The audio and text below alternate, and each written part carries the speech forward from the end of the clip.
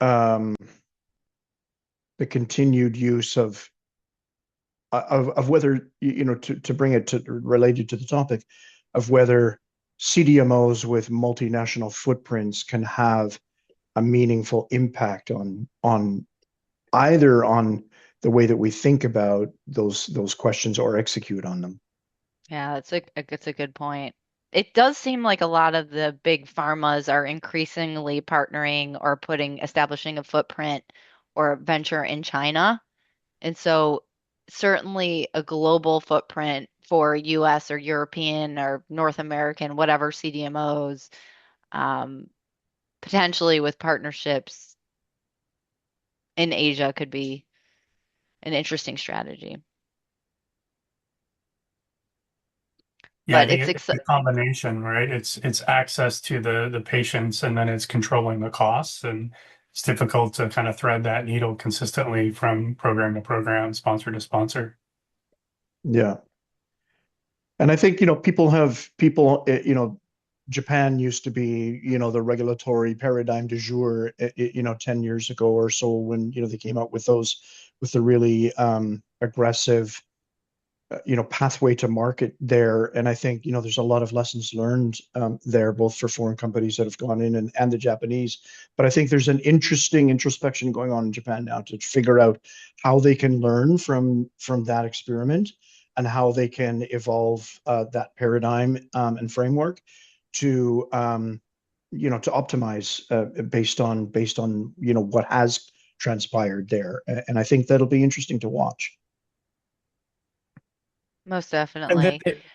there's this competition with China now also that is clear, where Right.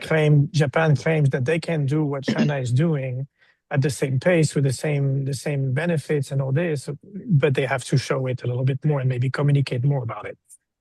Yeah, I would say the PMDA works quite a bit slower than anything I've. It does. It does. Yeah, so that's one challenge for sure. But the commercial market, Japan's the second or third largest single healthcare market in the world.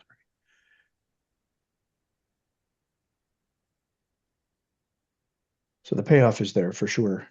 And I think the interesting thing about Japan as well is that they can tie this regulatory um, pathways and framework alongside reimbursement.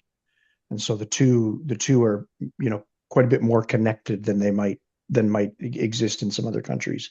I think Yeah. that's one of the things they're looking at. And we've seen some innovative approaches in the Middle East as well, right? Mm, Where in terms of like high reimbursement rates and capital for development, especially on the infrastructure side. mhm. Yeah, I think what'll Although be although interesting is because it's there's. it's Go ahead, Raphael. sorry, no, sorry, I was saying like the Middle East, yes, there were some very nice approaches that were emerging. They just most of them coming to a stall due to the obvious reason. But I have many of my peer CEOs. We've been engaged with some of those potential approaches, and it's incredible how everything just stopped. Just like it's a hard pause, and then they say, "Well, we'll come back when we know better how it's gonna go." So Right. hopefully it's not gonna make them lose that moment. It's definitely a dynamic geopolitical environment right now, and the domestic sort of whiplash that we're experiencing from a regulatory perspective with the current administration is also creating a lot of uncertainty, which does impact all of us in terms of not just how we're programming risk and uncertainty, but also the investment landscape is very dynamic right now too, with flight to quality and interest rates, and we have it impacts all of us every day, but it will lead to a very engaging discussion today. As we all know, one of the most important partners in developing a therapeutic is a CDMO selection. So I'd like to welcome everyone back to Advanced Therapies Think Tank. I'm Audrey Greenberg. Today we're going to be tackling just that question, which has been simmering in advanced therapies for years, but feels really more urgent now than ever with all the uncertainty. And it is, could smarter segmentation strategies fix the sponsor CDMO disconnect? And the disconnect, I think, really between sponsors and CDMOs is hardly a new topic, but we've all heard the same version and the same frustration. And so sponsors say that their partners overpromise and underdeliver. And CDMOs say their developers come in too early and they're under-resourced or underprepared with unrealistic expectations. So despite a maturing market, more experience across the ecosystem, and much sharper regulatory scrutiny, the same mismatches seem to be occurring. So the question for today and for our discussion is whether there is a disconnect. It's not whether there's a disconnect. We all know there's a disconnect. The real question is what is actually driving it now? Is it a segmentation problem? Is it a transparency problem, a cultural problem, or something more structural where business models and incentives reinforce misalignment? Is there alignment of incentives?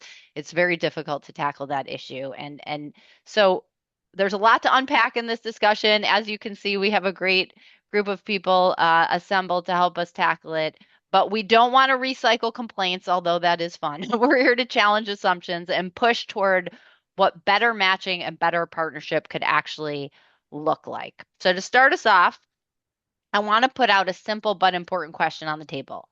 Are sponsors and CDMOs fundamentally misaligned, or are they just too often mismatched? Because those are not the same thing. A lot of CDMOs still position themselves as broad end-to-end partners, but many developers, especially smaller and emerging biotechs, end up working with organizations that don't fit their stage, modality, level of hands-on development that they actually need. There's a lot of hands-on work that's involved in process and analytical development. And so on the sponsor side, selection isn't always as disciplined as it should be. And sometimes companies pick based on brand, location, convenience, cost, or just a reassuring pitch based on a site visit. So without really, by the way, fully understanding what they actually need now versus later. So Aaron, I'm going to kick it off with you. Can you tell us, you talked a lot, by the way, in our prep session at length about the planning process. So when these partnerships fail, how often is the root cause poor matching at the outset versus what happens after selection? Are companies misjudging their partners or are they just not knowing themselves? Thanks for the question, Audrey. I do think that that many of these relationships are set up on the poorly from the beginning and set both parties up for difficulty going forward. And I think that very much has to do with the selection process. What are the criteria, right? You mentioned, hey, I don't think it's a really good idea to pick solely on brand alone. I know that might fly better in the boardroom, like the old, no one ever got fired by picking Lonza, for example, kind of thing. But ultimately, it's got to be a match, and I think that match is, as you said, it's capability, it's culture, it's sometimes it's location. I think very often it's capabilities and kind of operational maturity that's really important that I think is missed a lot. And I mean, I always joke, but financials is always the last thing I put on my list when I'm doing selection processes, because ultimately the cost you're going to expend in fixing everything else if it's not right. But those things all matter. So I do think I always have to, in my positions, either talking to clients or myself internally for roles, I always want to look inwardly first and feel that we've got to do a good job. And I recommend people do a good job of understanding what those selection criteria should be. What do you need in this relationship before you go out and try to find a partner? Yeah, I'm not going to pretend that there aren't execution problems on all ends. And I know we're going to talk about that more later, but I really think that it's not I think it's a misalignment thing. It's not a mismatch thing, if I call it that. Or maybe it's a mismatch, not misalignment. It's that people are picking the wrong people based on the wrong criteria for success, and it's leading to issues. And I've seen it sadly time and time again. Matthew, you bring a really unique perspective because I know you have sort of an innovative approach with your CDMO relationship. And it would be good to get from a developer's perspective, how do you avoid over relying on a CDMO before you've built enough internal understanding to properly manage that relationship? And where is the line between leveraging expertise versus losing control in your outside partner?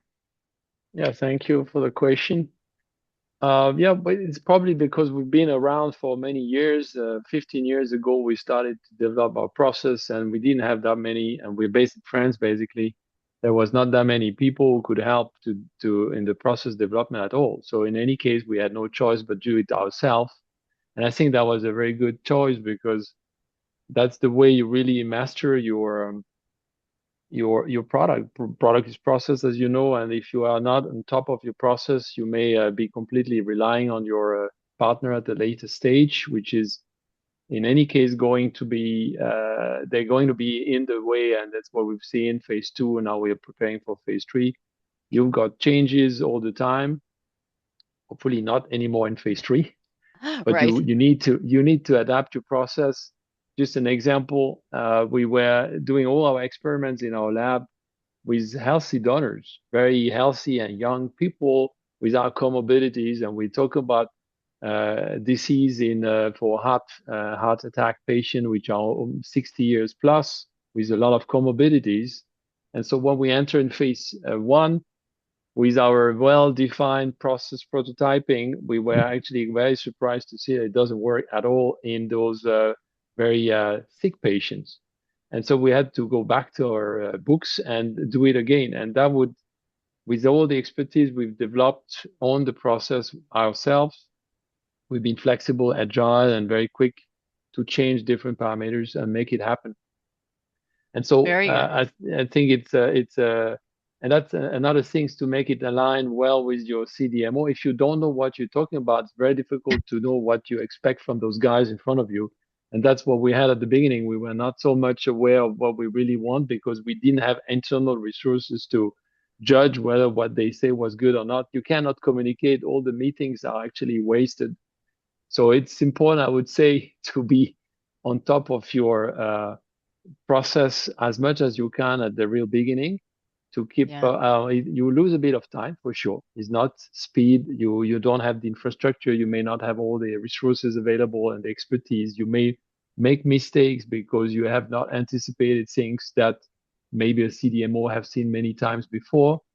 But then at least you acquire all this expertise that can help you to then select the right CDMO because you know the same language and you can talk about the same topic.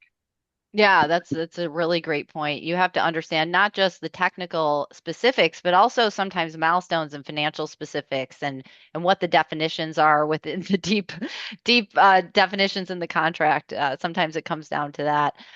Bruce, I would love to hear from you about CDMOs and what they need to do to be, do they need to be more explicit about who they are, who they're built for? And is the industry ready really for that level of honesty if it means narrowing the addressable market? We know that certain CDMOs perhaps are struggling right now. So, how do you not be everything to everyone and be honest about who you are? And will that actually help in the end for those developing therapeutics? Yeah, thanks, Audrey, for the question. And I think there's a couple ways to tackle it. One is, many of the boards of the CDMOs would say, yes, we're all things to all people because they don't want to turn away potential clients and potential revenue. I think that's a business decision, right? That needs to be separated perhaps from sort of the scientific endeavors and the operational risks. I do think there are specialty CDMOs, and I do think we're moving away from the all things to all people to more specialized capabilities. I do think if you start to dig into specific CDMOs, you will see some focus on modalities. They have a specific iPSC focus or a TIL focus or an immune cell focus. And I think then it's incumbent on the sponsor to ask questions around, you shouldn't expect as a sponsor that your CDMO partner is going to know exactly how to do everything you're doing. Otherwise, you wouldn't be developing as a novel process or a novel product, right? So then it's a scientific assessment of, does this partner have the appropriate analytics, sort of scientific leadership, and then can they execute on the other side in the manufacturing operation space? So it's a bit of a connection, right? And as we think about specialty manufacturers, it's hard to do plasmid, vector, engineered cell products, fill finish. And those are all very complicated endeavors that each CDMO has to juggle in terms of where they put their resources. So to think that you can find one company that does all of that end to end, you're now thinking tens of thousands of people and probably a very rigid infrastructure. And so I do think there's an opportunity to decouple that and find what you need and then grow together into the development space. Yeah, very good points. And obviously, stage matters and modality matters. There's a lot of consideration. So, Rafi, I'd love to turn to you and talk about what fit really means in this market specifically. Is it primarily technical capability, or are we underestimating factors like working style, responsiveness, transparency, alignment of expectations, etc.? Yes, thanks, Audrey, for the question. Well, first, I want to align 100% with what Aaron said in the beginning. You need to know yourself. You need to work on all the aspects of the capability, skills, culture. Everything around this is actually, these are not things that are negotiable. So you have to have them right, clear, and very well understood. Cost and price is always something that is negotiable. So even if it's key, it is something that you can work on once you have identified all the other aspects from a technical standpoint. When it's about fit, I think the biggest challenge we are facing, particularly when we are bringing novel approaches, is to be able to project ourselves all the way to the end and see what we will be, not only now, but in 6 months, 12 months, 5 years, how this manufacturing process will look like. And if you have a novel approach, it might be difficult because maybe you're doing something that nobody else has yet manufactured, maybe at least at scale. So it is key to understand yourself and also don't hide the things you don't know. That's the way I always approach it. If you are either uncomfortable or not confident on a specific aspect of the process that you are trying to put together, bring it up sooner than later. Because it's not when you're going to hit the wall that you're going to have to realize that maybe that partner was never able to fix that or to answer that question that you are facing. So transparency, I always believe transparency is always good in negotiation, even some people like to play poker face. Because when you genuinely understand each other, you're trying to find a solution together, and you're not just trying to point fingers at each other when something goes wrong. So I really think the fitness aspect of that question is really on the sponsor to really work on themselves to know exactly where they want and where they want to go. And if they have any doubts, bring them to the table, because maybe this is how you're going to select someone that's going to say, hey, I can see your doubts, and here are some ideas of how we can eventually look for it and look how to solve it. That could already help finding your alignment with someone that you want to work with. Yeah. So it seems like it's a combination of technical and cultural. I mean, how much of the fit, if you were to give percentages, or what is your perspective on cultural versus technical? Well, it depends on, I would say it depends on what you're doing. If you do another CAR-T, CD19, autologous, or BCMA, you're going to have a lot of things that a lot of companies that you can find that have records, and you can easily pick someone that's going to be good for you. But if you build something new, I think you have at least a good 50% of how that partner is going to understand your technology and be able to move it forward. And then I also don't want to underestimate the challenge of being small and early and not enough funded to try to build something big at the end. I mean, we're talking about several $1 million investment that companies may even not have in the bank, and that they will have to project and see, yes, we're going to need 5 million for this, 10 for that, or maybe 20 to get to commercial grade. Not being afraid of putting those numbers down, because they might be real and they might be what is really needed. So you need to have someone that can manage that. Yeah, I agree. And I think that leads us to our next subject, which is going one step further beyond timing. It adds a layer of complexity, right? The sponsors are told to engage early, but are constrained with capital, as you're saying, and build robust processes and think about GMP very early, which we all know is quite expensive, as you said. But in reality, engaging too early and engaging early is incredibly difficult. Your processes are still evolving, capital is constrained, and once you enter GMP, it's slower, it's complex, it's quite expensive. So there's tension between, starting early and making robust GMP grade processes that are quite expensive. So are partnerships being formed too early or just in the wrong way? Matthew, what do you think in terms of what point is a process truly ready for a CDMO? And can engaging too early actually slow development rather than accelerate it? It's probably is going to be very specific to our experience, right? Yeah. But what I would say is that we experienced moving into a CDMO once we were in need of GMP facilities for a clinical grade product. So we did all the process development before with preclinical data until IND without having to look for a CDMO. Maybe some others would prefer to start earlier, but then again, it's a iterative process with trial and errors, and it's not that easy to organize this with a partner. To be honest, it's easier to do it in-house. You can change different parameters, you can change reagents, the hardware, and everything else, parameters, doing fine tunings. And so once you have something that looks pretty okay, you're on top of it. You can very quickly, but very quickly, that's not really true. You can tech transfer to a CDMO who is going to help you do it in a very nice GMP facility so that you can enter into a first in human. So I would say uh, wait until you have a baseline, let's say, process prototype that you can bring into a first in man. That would be the ideal choice for me, and not moving straight away. And again, it's our personal expertise, but experience. But there are big CDMO that are very well structured, at least that's what we know, to go for commercial batches, scale out capacity, but they have, on the contrary, they are expensive. They have a very solid process, stop SOPs, etc. You may not want to go with them in the early stage of clinical development because at this stage you still know that there are going to be changes. You're still in lack of resources anyway, and you don't need that capacity. Okay, people would say then you have to anticipate a tech transfer later on. You would have to switch again.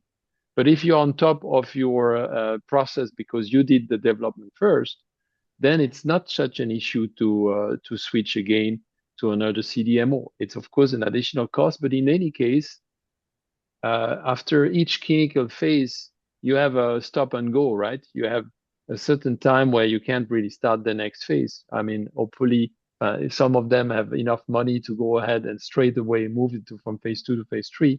But in most of the case, you would need anyway to stop your partnership with the CDMO, especially in our case, and that's my last point, is that we are in autologous therapy. So we have to book a room for the whole time. It's not like a batch one time and then we are done. It's a booking of capacity over years, whether you have one patient or no patient.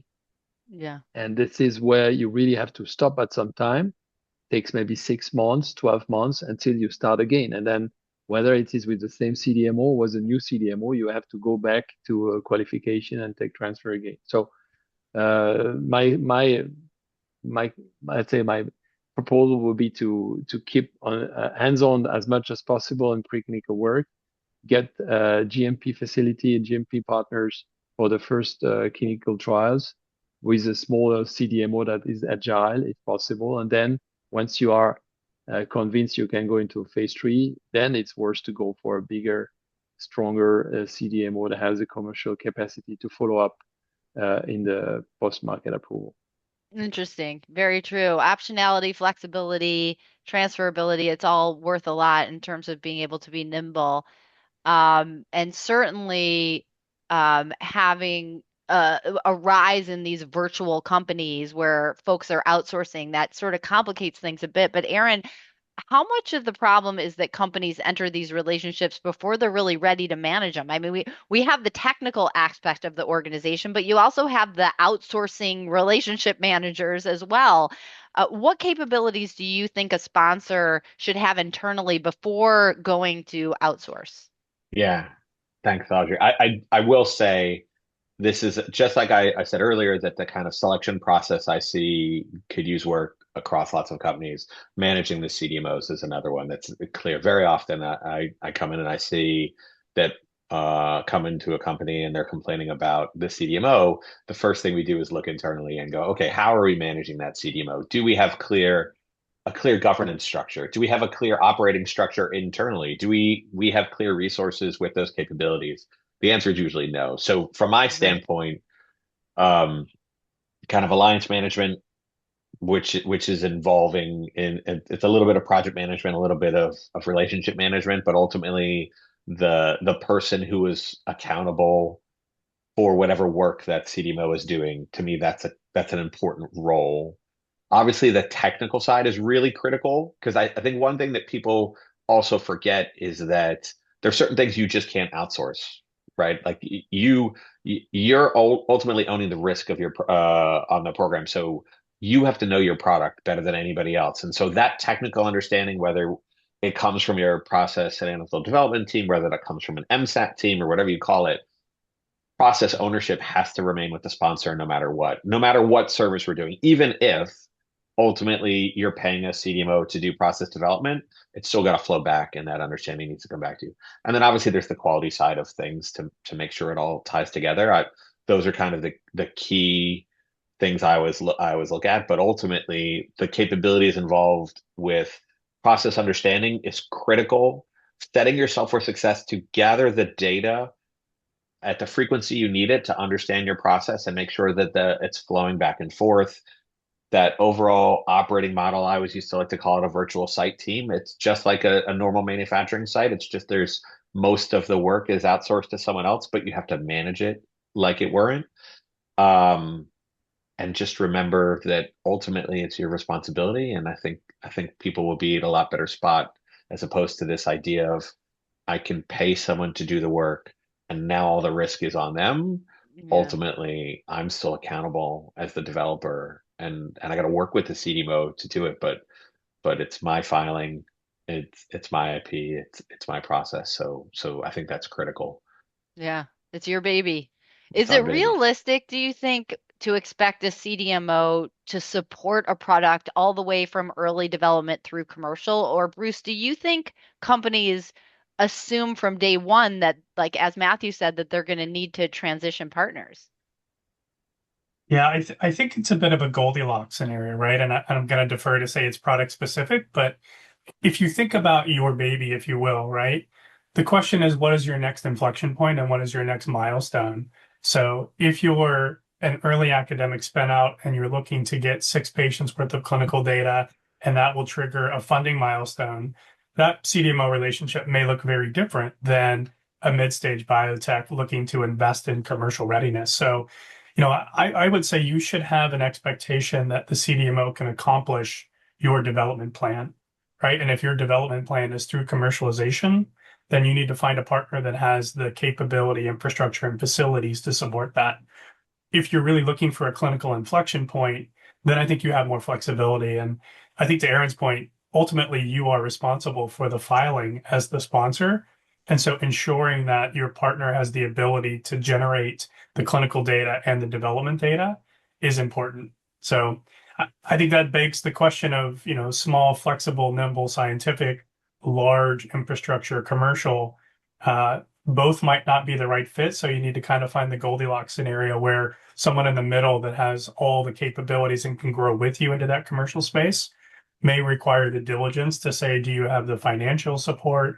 Do you have the infrastructure? And can you grow together as a partnership? I think we're seeing that emerging as a preferred model in the space. We don't have a lot of commercial cell therapies to point to. Many of those are internalized by the developers at the end, but they have support along the way. Yeah, very, very good points. Thank you for that perspective. One thing I'd love to bring up, Raphael, maybe you can touch on this. How do you balance? I find this to be the trickiest thing. Short-term constraints of cost, speed, and survival with these long-term decisions that you want to start with the end in mind in terms of scalability and regulatory success.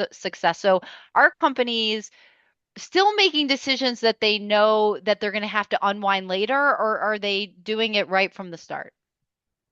I mean, if I have the answer to this, I think I'll be pretty comfortable and maybe doing something else at this stage. But no, I think this is critical. I wanna provide the answer and the way I'm going to look at this, following on what Bruce just said.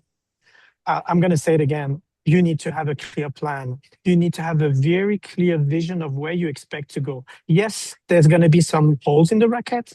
There's going to be some, moments or steps that may not be 100% completely clear. Maybe even some people are going to challenge you on the way you want to do it. But at least you have something that you can work from, and you have a real clear direction. This is essential. To me, it's essential. Now, what it means that maybe you're going to identify that the best partner today is one that's not going to be the one tomorrow because it's not going to have enough ability to scale eventually or to deploy globally. Or maybe you're going to need two partners at some point. So you're going to need to do a tech transfer, which I think nobody here likes overall. Even if we have to do it, it's always a nightmare. It's always complicated, and it's a risk. So I go back to what I always say: plan, identify the challenges. Don't hide behind them. Don't believe like they're, oh no, but we'll figure it out. No, if there is a real problem, put it on the table. And even with your board, I think it's the job of the CEO to educate their boards also on saying, listen, yes, you may want me to go with Lonza because Lonza is big and Lonza is going to be able to scale and do global footprint on whatever we do. They have no reason to fail. They have 100 reasons to fail because maybe they will not pay enough attention to us because they have contracts with Pfizer that brings them hundreds and hundreds of millions of dollars. How are we going to have the right attention, the right support in our process, knowing that commercially we're going to be very, very small on the P&L? All those aspects are key. So back to the initial question you had about the short-term constraint and the long-term outcome. This is the reality. There are things I cannot do today because I don't have the cash to do it. Nice. So I just need to be sure that I plan them properly. And I used to say speed is the essence, but sometimes it is better to slow down now and look how you're really going to build the future of your process, because you're going to save a humongous amount of time down the road. And same thing, educate the people that are your investors, your board, on the fact that it is sometimes urgent to go slower to be able to get faster to the finish line at the end. And all that come with enough maturity and understanding of what you want to achieve. And at some point, like you said, finding the right partner that is the fit at the moment. If you need to go for a tech transfer, integrate that, manage the risk associated to it, and build it in your model. I mean, there's nothing, you cannot do something that doesn't exist. So you have to really be ready for it and then stick by your plan and take the inputs to improve it along the way. Yeah, all great points. Okay, now I think we should zoom out a little, because even when companies do the best job they can in terms of carefully selecting a CDMO, sometimes the partnership still fails. So it really does raise the harder question of, is it a selection problem or really a structural one? Is the current model ready to see a largely fee-for-service model, or does it reward activity, not necessarily outcomes? How does all of this work together? And at the same time, sponsors are capital constrained, as we've said. CDMOs are managing utilizations and margins. It's very difficult with scheduling and everything else. And both sides operate under very, very different risk return profiles. So, Aaron, maybe you could just lead us through what your opinion is on, to what extent do the current commercial models actively work against alignment? And can we really expect to see better outcomes without changing how the relationships are structured in terms of fee for service? I'm not I'm not convinced that we need to structurally change. I think sometimes it's how we're executing. And so here's what I mean. I think, as you said, I think it's really hard. I'm going to go with the small pre-rev biotech and burgeoning CDMO, because I think that is the space we're in right now, where a lot of the stuff we're talking about. It's different if you're a giant biopharma company and you're a giant CDMO that's been doing this for 20 years. But so you've got cash constraints on the developer side. You've got you've got significant variability in timing of things, difficult in terms of on the clinical side. In the last 5 years, there's been lots of hiccups from a clinical side, especially in the autologous space, that drives a lack of visibility. And then especially now, you've got a lot of PE involvement that are investing in some of these new CDMOs that are trying to get a return on that investment, and they, as you said, have their own time horizon and understanding. When everybody's selfish and only worrying about themselves on a short-term approach, yeah, it doesn't work. It doesn't work. But there's no reason for it not to work, Mm-hmm. because actually the incentives are aligned. If you're a CDMO and you have a partner who you work well with and you can get that product to market, that's your golden ticket. Because now you get to wave that around and show every other potential client that you did it.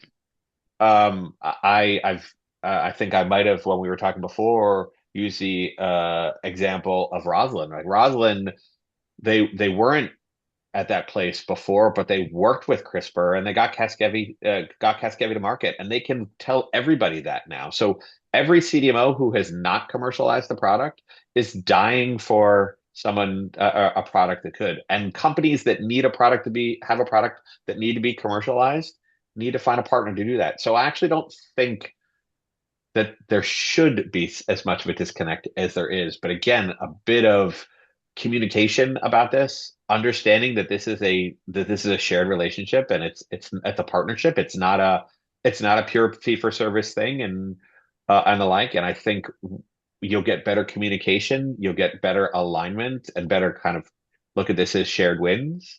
Because ultimately that's what this is.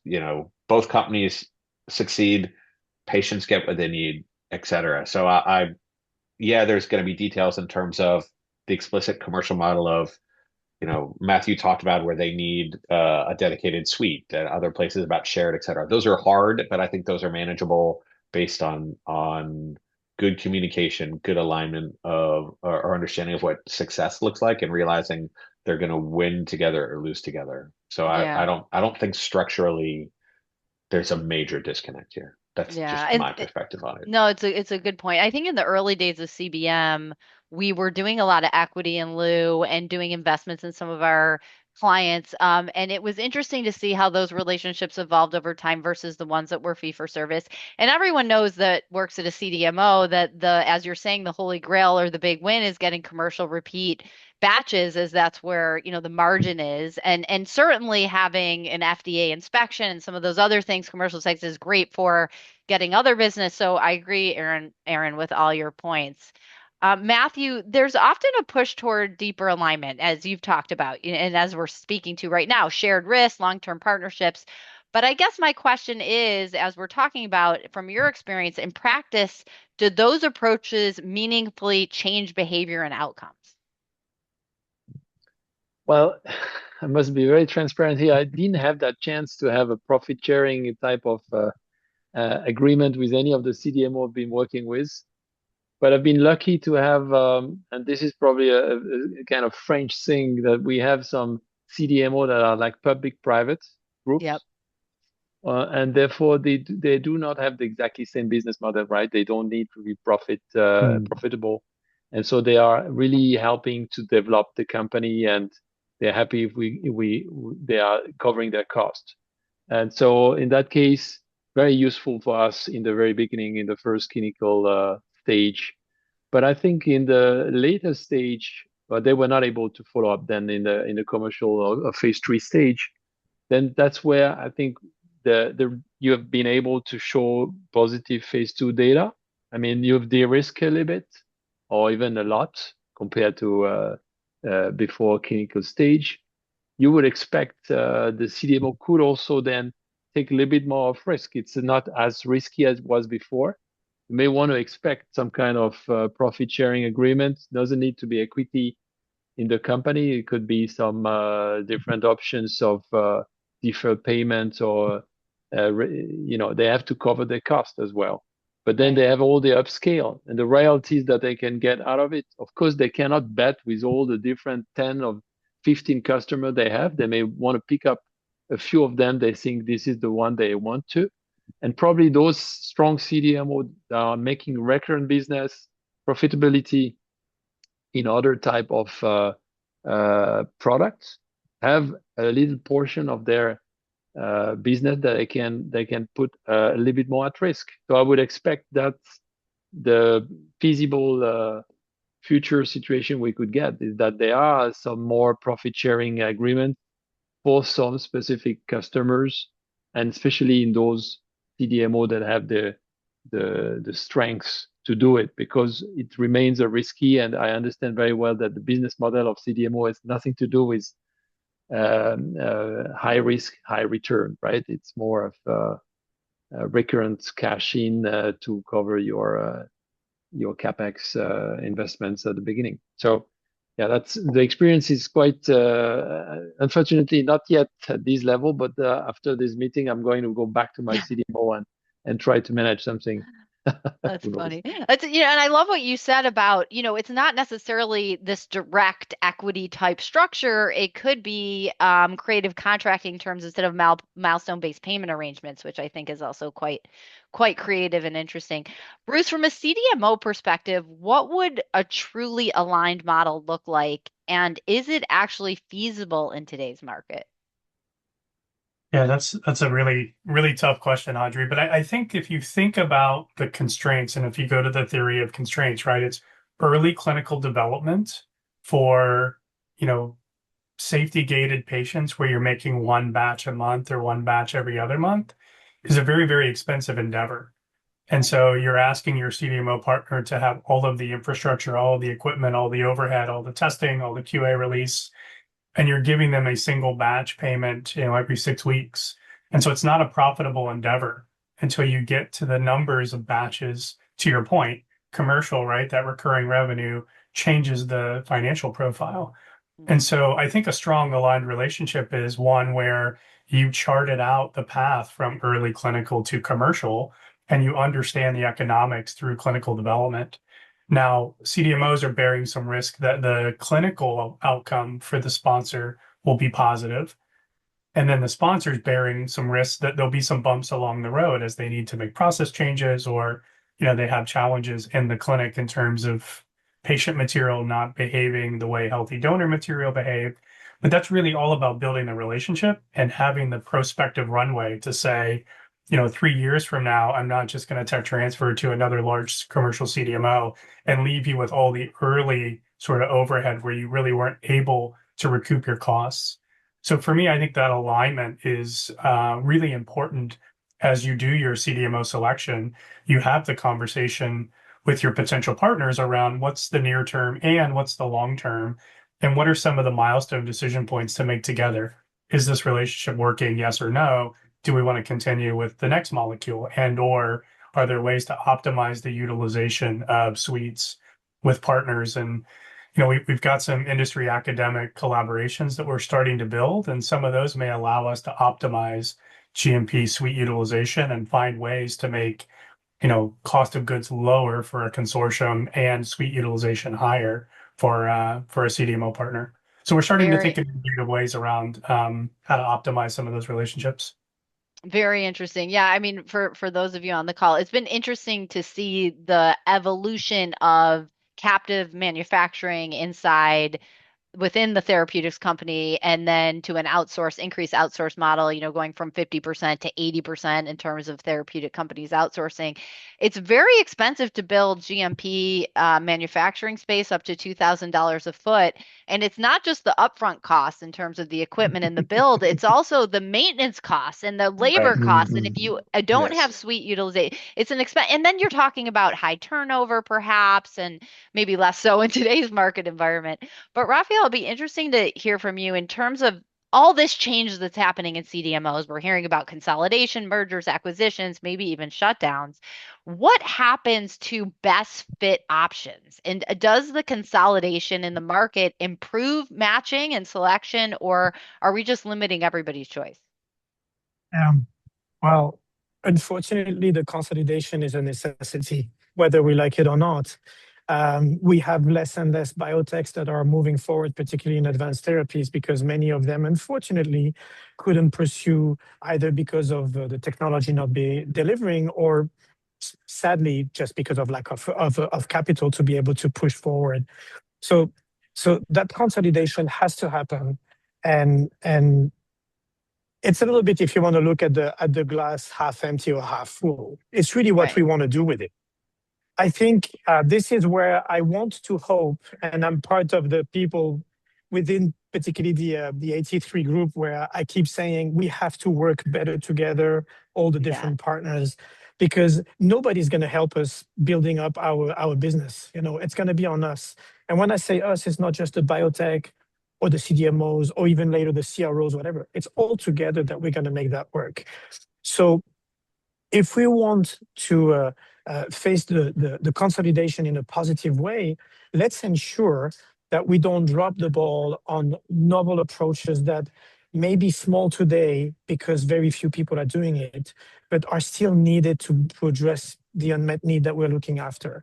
Let's be sure that, yes, the players that are good at something are well rewarded for the quality of their work and for the opportunity of building large businesses with it.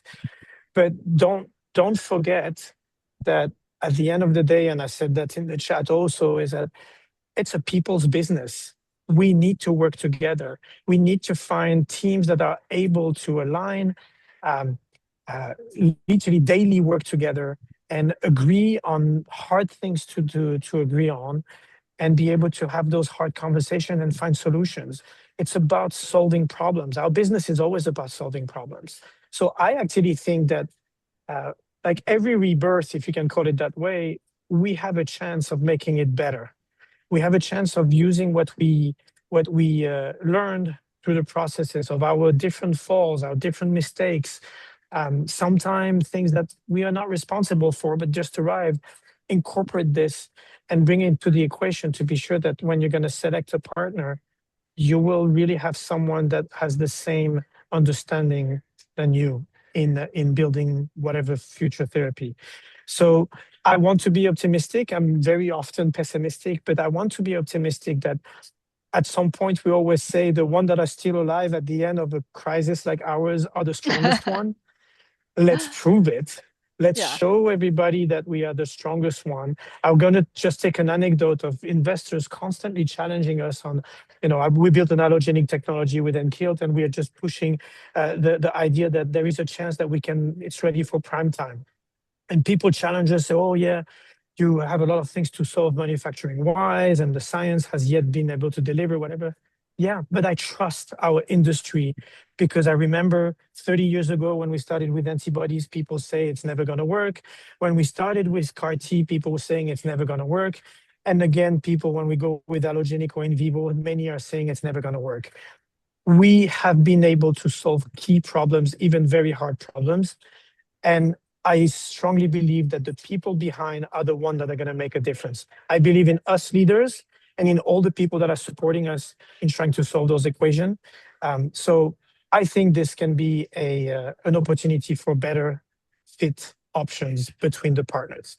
I love the positivity. Thank you. And yes, definitely the last of the Mohegans, and we got to persevere, right? Lee, I wonder if we have any questions from the audience. I know there's been a lot of activity in the chat. We do. There's great chat. Okay, good. Yeah, there's great chat going on. I mean, I think there's tons of great questions. One of them I think that might be interesting. Well, you know what? I'm going to say I've got two. So, Okay. I think one of the ones that maybe hasn't been touched on, I think there's been a lot of comment about this public-private, sort of dynamic also that has different incentives than private equity-owned CDMOs, which I think is a good dynamic and an interesting dynamic in this CDMO sponsor relationship as well. There's been lots of chat about how this can work, but I think a couple of this stand out. One which hasn't been really touched on is how do we think about the future of what CDMOs infrastructurally look like if we're moving more toward closed, automated, robotic, employing robots instead of people in closed and highly automated systems rather than people in clean rooms, running around in clean rooms. How do we invest in that future? Is it too early to think about that future? Or how do we work toward that, both as CDMOs and as sponsors?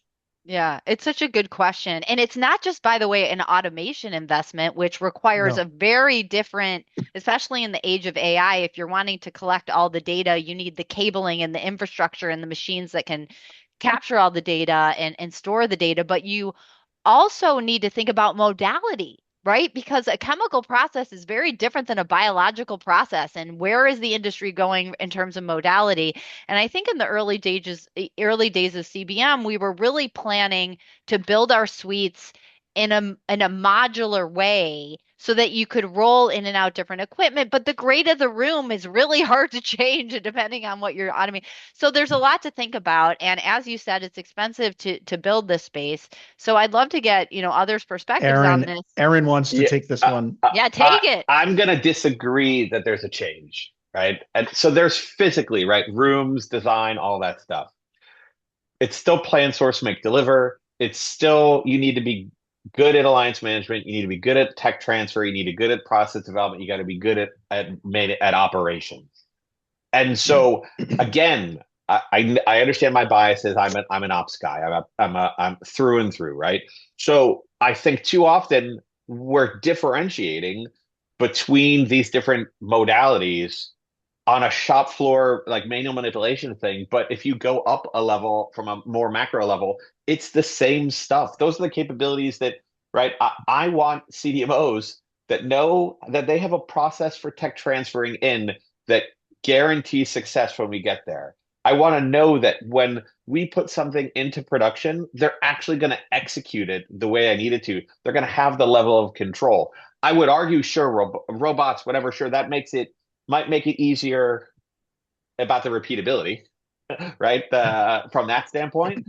But ultimately, what I need from them is going to be the same regardless. And I say that because what I'm saying here applies to advanced therapies. It's for small molecules. It works for CDMOs, any of that stuff. And so I don't see enough of service providers focusing on a operational and process maturity approach and too much on a technical approach is, oh, like we're really good at making tills, so we're just going to keep making tills.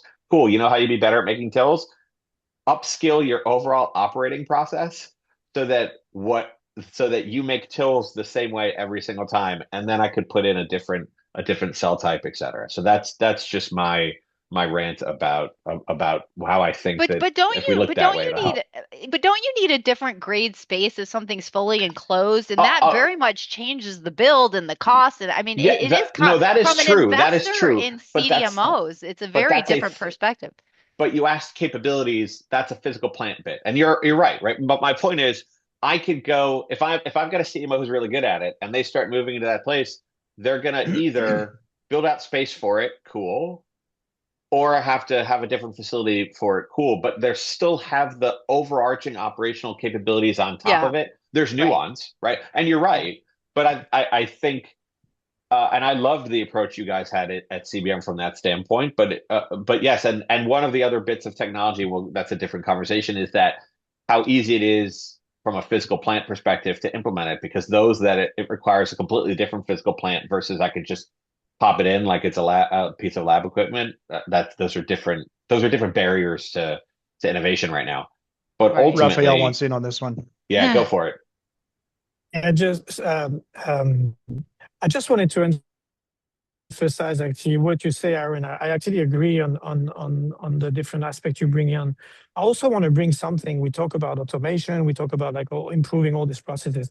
Can we also spend more time focusing on simplification?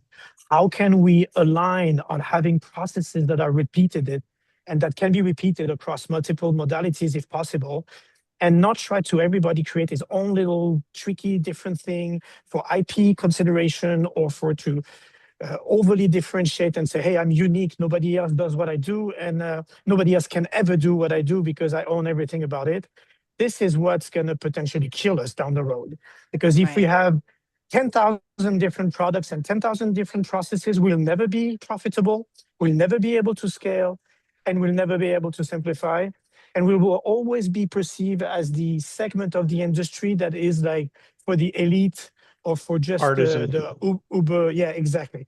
And I think, I know it's difficult to pass this across all the different stakeholders, but I think the success of antibodies in some way has been because it became very easy to manufacture and very cost effective.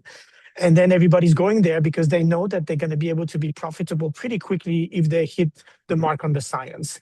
We need to evolve towards that direction. And I am convinced we can. It might take a little longer, but I am convinced we can. I just wanted to add this to the table. Yeah. In the last 5 minutes, I've got one that's maybe refreshingly critical of us. And given what Bring it on. our modality here, the thesis we bring to these discussions, I love it. So it's like you all seem quite aligned on what the right thing to do is and the strategy and whatever, and yet still there's this mismatch. So where's the rub? What if you're let's use the model of the emerging, you've got some money, you're sufficiently funded enough, but you're an emerging biotech, you really have to pick the right CDMO, execute on the right CDMO. What's not happening? If we all can agree on the strategy, what's falling apart? Yeah. Yeah, I mean, maybe I'll take this one. yeah. Go ahead. I think it's difficult to scale. I mean, you're talking to people that have been in the space for a while, and I've been in an academic GMP facility. I've been in a very large CDMO, and I've been in a smaller, more focused CDMO. And I think the common denominator is communication, transparency, and the team alignment. I think we often hear, really, really large companies have an A team, a B team, a C team. If you get the A team, you're set. If you get the C team, you're really going to struggle. And I think we need to move away from that sort of a priori assessment of what's my team going to be to what are the relationships that are being built between the companies and who's my champion, right? When something goes wrong, who do I call? Do I call the project manager or do I call the CEO? And I think those are very different skill sets that companies that are emerging, biotechs that are emerging may or may not have. I think cell and gene therapy got a bunch of influx of really smart CMC people, but not necessarily executive leaders that have that presence and capability to go to the point of contention and solve those problems. So what happens is you ask the teams to solve them at a low, N-4 kind of level, and that's where things fester and that's where relationships sour very quickly. So I think it really comes down to alignment, communication, and the ability to replicate that client over client. Yeah. I would pipe in as well and say that if you're that company and you don't have a corporate history, this is your first product and your first pipeline, first in human, you certainly don't have a corporate history of picking the right CDMO and managing the CDMO. If you don't have the people on the team, like Bruce said, who have had that experience, then there are people out there who have that kind of experience that you can leverage, right? Some of whom are on this panel, some of whom are in the chat, in the audience, and they have been in this rodeo. They have seen the trials and tribulations. They've seen the successes and failures, and they are phenomenal resources to tap into to help, because it's just, you get one shot at this decision and execution, right? And so tapping into the right people who have the right kind of experience to manage that relationship and the right contractual partner is paramount. Yeah. It's a hard time for everyone right now in our industry. And it creates, I think to Raphael's point, it takes a village. We have to work together. And there's a lot of takeaways from today. I don't know, Lee, if you want to summarize some of the key lessons learned from today, and we can go to final wrap up in the last 3 minutes here. Yeah, absolutely. Any final comments from panelists? Burning last thoughts? No, I would I'll just say that agree this on is what's my been first said. time. Go ahead, Sorry, Matthew. go ahead, Bruce. Matthew, I was just saying go ahead. that I was exactly aligned with what you say, that based on the experience we had, it's the problem of communication mainly that failed. We had many problems with the first CDMO because we were not able to communicate, but there was, you know how it is with autologous therapy, you may have out of specification. You have the operators that are supposedly responsible for the mistake, but they don't want to say that. So there is kind of a completely blurred signals. You don't know where this is coming from, and because of this lack of trust and communication, you're just not able to trust each other and move forward. So it's very important to build up this strong communication and transparency from the beginning, so that in case this happens, and during clinical trial, when you have out of specification or you have a patient waiting for the drug and you don't know who is responsible and you don't know if you can solve this issue in the next stage, this is very critical and everybody becomes very tensed and very under pressure, including the doctors. So that's where it fails really. It's the trust and the communication pathway. I'll give one last anecdote. I've worked with a number of CDMO projects and on both sides of the equation. Most recently, I've had opportunity to work twice with the same CDMO. The first time didn't work. They didn't have the right people. They didn't have the right project management. And the second time, it worked fabulously. They'd hired the right people. They had stunning project management, and it was the same firm. So I echo many of the comments in the chat. This is about people. It's about communication. It's about, yes, selection, but it's also predominantly about execution, right? How you execute. You can make a middling partner a stunning partner if you manage it well and you really are aligned and managing it as well. So I think it's been a topic which has the tendency to be either just about complaining or just talking about the same thing. I think it's you all have brought a refreshing approach to it, and I really appreciate your contributions. So I want to thank Audrey. Thank you for doing a phenomenal job again, as well as host, and to our sponsors who have been a great support in this first season of Advanced Therapies Think Tank. And thank you all for you as panelists, and thank you all for your for the audience for participating in the chat. As usual, we will post this on demand for viewing later on, and stay tuned to Advanced Therapies subscription and register for future events. And we look forward to similarly Don't forget to scintillating visit conversations. us, advancedtherapiesthinktank.com, and follow us on LinkedIn. Thanks, everybody. Thank you, Audrey. Thank Have you a good very one. much.